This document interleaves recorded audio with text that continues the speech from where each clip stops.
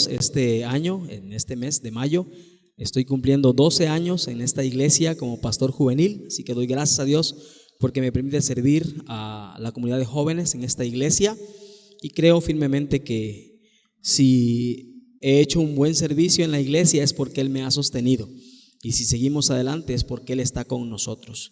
Gracias, hermanas, hermanos, por apoyarme siempre. Hay personas que han puesto su mano sobre mí, gracias.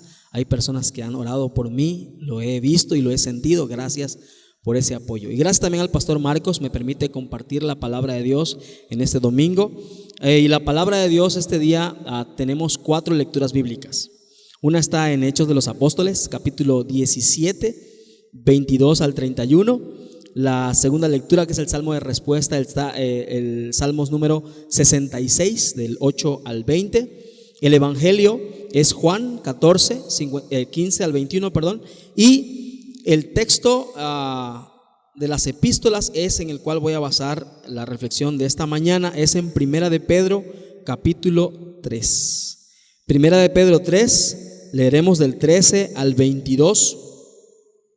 Y Pedro está diciéndonos algo muy, muy interesante. Dice: también si alguna cosa padecéis por causa de la justicia, bienaventurados sois. Por tanto, no os amedrentéis por temor de ellos, ni os conturbéis, sino santificad a Dios el Señor en vuestros corazones, y estad siempre preparados para presentar defensa con mansedumbre y reverencia ante todo el que os demande razón de la esperanza que hay en vosotros, teniendo buena conciencia, para que en lo que murmuran de vosotros como malhechores, sean avergonzados los que calumnian vuestra buena conducta en Cristo. Porque mejor es que padezcáis haciendo el bien, si la voluntad de Dios así lo quiere, que haciendo el mal. Porque también Cristo padeció una sola vez por los pecados, el justo por los injustos, para llevarnos a Dios, siendo a la verdad muerto en la carne, pero vivificado en espíritu.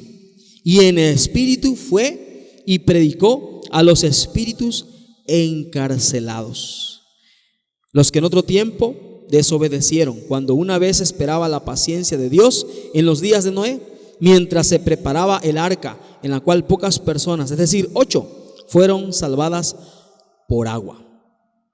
Este pasaje es muy profundo, es un poquito quisquilloso porque no estamos acostumbrados a hablar de este pasaje, de esta nota que nos presenta Pedro en esta carta. Dice que Cristo en su espíritu fue y predicó a espíritus encarcelados. Estos días tuvieron que cancelar, ¿verdad?, posponer el trabajo del INEGI, el Instituto Nacional de Estadística y Geografía en nuestro país. Tuvo que posponer un poco el trabajo que estaba haciendo para el censo poblacional, y seguramente van a retomarlo después. Y me llamó la atención lo que estaba circulando en redes para los hermanos evangélicos. Ellos decían: no digan que son cristianos, digan que son evangélicos. No digan que son cristianos, digan que son evangélicos. Algunos incluso decían evangélico de la iglesia del Nazareno. Era interesante esto. Pregunté con algunas personas que trabajan allí y les decía: ¿esto es correcto? Me decían: sí, no sé cómo van a trabajarlo allá, ¿verdad?, a nivel nacional, pero esta es la idea, que nosotros no solamente somos cristianos, somos también evangélicos. ¿Esto qué es? Que creemos y que procuramos vivir el evangelio que Dios ha proclamado a través de Cristo. Esta palabra me gusta, que somos evangélicos, que significa que nosotros creemos en lo que los evangelios dicen. Y esto es algo muy profundo y es algo muy serio para nuestra vida. Pedro, cuando dice que Cristo en espíritu fue y predicó a los espíritus encarcelados, recuerden que allá en Semana Santa estuvimos leyendo un pasaje en Mateo 27, 52 al 53, que dice que cuando Cristo murió hubo un terremoto en la tierra, y ese terremoto hizo que algunos sepulcros se abrieran. Este pasaje no lo leemos regularmente, no se presta para discutirlo en la escuela dominical, pero eso dice el Evangelio, que algunos sepulcros se abrieron y espíritus, ¿verdad?, y cuerpos de hermanos que habían fallecido salieron de los sepulcros y fueron a Jerusalén. y se aparecieron a muchos. Y esto es como algo zombie, ¿verdad? Una especie de apocalipsis de zombies ahora, ¿verdad? ¿Qué está diciendo Pedro aquí? Bueno, en la tradición cristiana, desde los primeros siglos, se levantó lo que llamamos el credo de los apóstoles y que lo recitamos hasta el día de hoy. El credo de los apóstoles dice que el Señor descendió a los infiernos. Lo que Pedro está diciendo es que en la tradición cristiana hemos creído que Jesús, cuando muere en la cruz, no se queda solamente aquí. Recuerden que Él está allí, ¿verdad?, en el trono reinando, pero se encarna en Jesús y ahora se hace como nosotros, y no solamente como nosotros, sino alguien muy humilde, como el más humilde de nosotros, y no se queda aquí. Con su muerte aún va más allá de nosotros. Y Él, dice la Biblia, y en esta interpretación evangélica, es que creemos que Jesús descendió al infierno. ¿Qué fue a hacer allá? Bueno, aquí está Pedro, ¿verdad? Dice que fue y predicó a los espíritus encarcelados. Yo no sé si usted tiene un poquito de miedo cuando escucha esto, cuando lee esto. ¿Qué hace Jesús? Lo que está haciendo es el evangelio, la buena noticia. Evangelio significa buena noticia. La buena noticia de Dios es que hay salvación para todas las personas. Así que Jesús, desde que empieza su ministerio, más o menos a los 30 años, empieza a proclamar: el reino de Dios ya llegó, el reino de Dios ya está aquí. Y está proclamando, y está proclamando, y está proclamando a todas las personas. Si leen los 4 evangelios en la Biblia, van a enterarse que Él proclama este evangelio a todas las personas. No importa la raza, no importa si es una mujer, porque en ese tiempo la mujer era menospreciada. Incluso no importa si es un niño, también los niños escuchan la proclamación del evangelio a través de Cristo. Ha llegado la buena noticia de Dios. ¿A quiénes? A todos. Personas que no son de la cultura del pueblo de Dios también son alcanzadas por este evangelio. Personas que incluso la gente del pueblo de Dios menospreciaba también son alcanzados por este evangelio. La pregunta que me surge, ¿verdad?, de este texto es: ¿qué limita el evangelio? ¿Qué limita el poder del evangelio? ¿Quién limita el poder del evangelio? Parece que nada ni nadie limita el evangelio, porque una vez se proclama, este tiene poder, ¿verdad?, para transformar a todas las personas. Incluso transformó, en la historia de los evangelios está ahí, ¿verdad?, transformó a un hombre en la cruz, a un malhechor que está ahí a punto de morir y que dice: yo también quiero perdón. Pues también a él lo transformó en el último minuto de su vida. Parece que el evangelio tiene un poder tan grande, ¿verdad?, tan poderoso, es tan poderoso que nada lo puede limitar. Creo que Pedro nos está diciendo exactamente eso. El evangelio se proclamó ayer y se proclama hoy. Y en el año 2020 también se proclama. Se predicó allá, ¿verdad?, en Galilea, se predicó allá en Jerusalén, se predicó en el pueblo de Israel y se predica aquí en Villaflores. Se predicó ayer y se predica hoy. Pero lo que está diciendo Pedro también es: este evangelio se predica a los vivos y también se predicó a los muertos. De tal manera que ninguna persona que no conoció el evangelio de Dios a través de Cristo, ninguna persona que falleció antes de que Cristo llegara, ninguna persona puede decir que no escuchó el evangelio. Es increíble lo que está diciendo Pedro. Pedro está diciendo que Jesús fue en espíritu y también les predicó a estas personas que ya habían fallecido y que no tuvieron oportunidad de escuchar el evangelio de la verdad, el evangelio que transforma. Es Jesús, pues, quien va y hace esta labor poderosa. Ahora, en los pasajes que estamos leyendo, atención, Hechos de los Apóstoles nos narra, Hechos 17, 22 al 31, nos narra cómo el apóstol Pablo va a predicar este evangelio a una cultura que nada tiene que ver con el pueblo de Dios, que han construido un monumento a un Dios desconocido. Pues este evangelio también es para los que no quieren saber nada de Él, o los que no han sabido jamás nada de este Dios que nosotros conocemos. Vea, nada ni nadie parece que limita el poder del evangelio.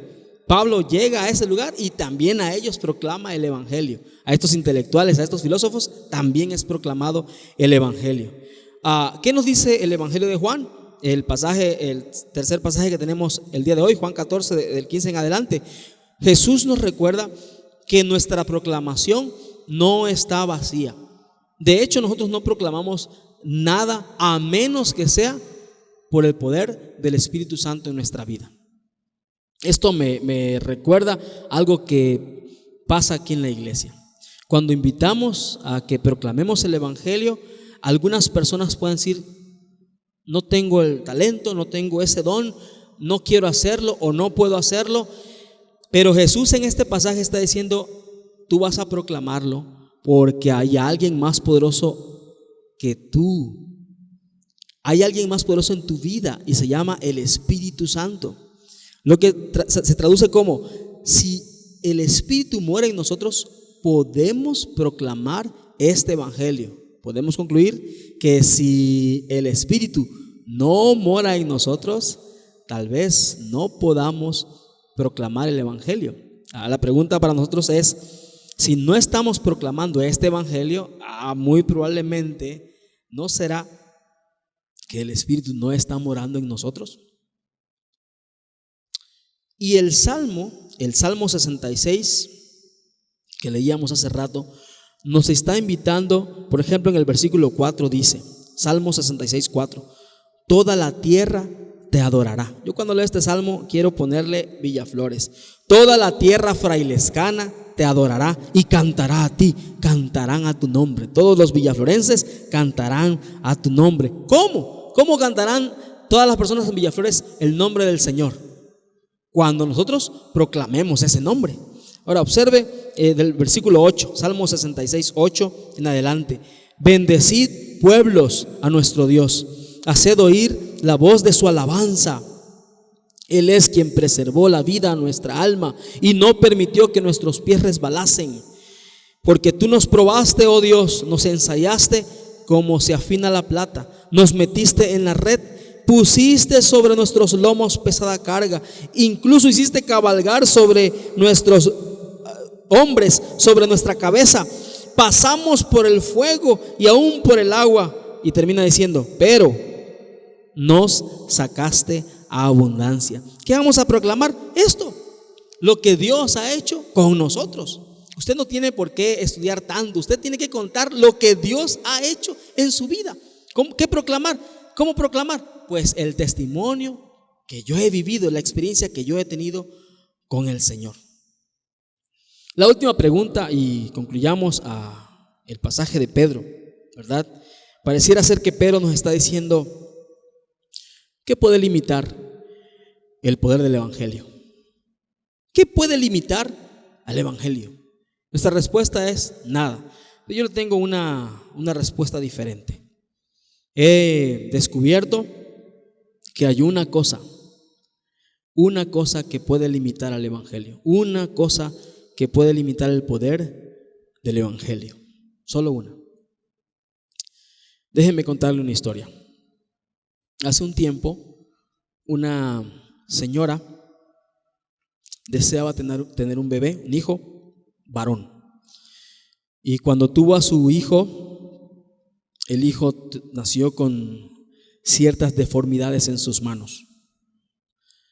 No podía coordinar bien sus movimientos y fue creciendo con muchas complicaciones, especialmente en sus manos. Él no podía tener movimiento. Así que ella asistió a varios médicos y los médicos le fueron sugiriendo actividades para que el niño empezara a desarrollar movimiento en sus manos, en sus dedos. Primero movimientos más grandes, luego más delicados, ¿verdad? Cuando el niño más o menos tenía 4 años, el médico le recomendó que aprendieran a tocar piano. Así que ella adquirió un piano y estaba dispuesta a enseñarle a tocar piano a su hijo. Y ella le había animado toda su vida a este pequeño, ¿verdad? Ánimo, hijito, te quiero, vamos adelante, vamos a aprender. Y había visto un poco su progreso, pero en la recámara, a solas, ella se lamentaba y decía, hubiese preferido no tener este bebé. Hubiese preferido que mi hijo no naciera. Y era un conflicto porque Dios había respondido ese deseo de ella en su corazón, pero no era como ella había soñado, como ella había esperado. Y sin embargo, cuando salía de la recámara y veía a su hijo, ¿verdad? Lo abrazaba y le enseñaba todo lo que tenía que enseñarle. Así que ese día empezaron a aprender el piano y empezó a hacer un ejercicio sencillo en el piano. Y el niño empezó a hacer, con estas limitaciones, ¿verdad? El niño empezó a hacer, pero no podía hacerlo. Y otra vez, vamos a hacerlo así. Y el niño una vez más, y no podía hacerlo. Y la mamá, una vez más, hijito, tú puedes, vamos adelante. O una vez más, y el niño no podía hacerlo. Así que el niño se le quedó viendo a la mamá y dijo, mamá, no puedo hacerlo. Y la mamá dijo, sí puedes hacerlo. Todos, le dijo la mamá, todos, hijo, todos tenemos limitaciones. Todos. Y el niño, ¿verdad? Un poquito listo, le preguntó, ¿y también Dios tiene limitaciones? Y la mamá reflexionó en su corazón y dijo, sí, también Dios tiene limitaciones. Y el niño le preguntó, ¿cuál es la limitación de Dios? Y la mamá le dijo, soy yo. La limitación de Dios soy yo. Creo que esta es la nota para nosotros este día.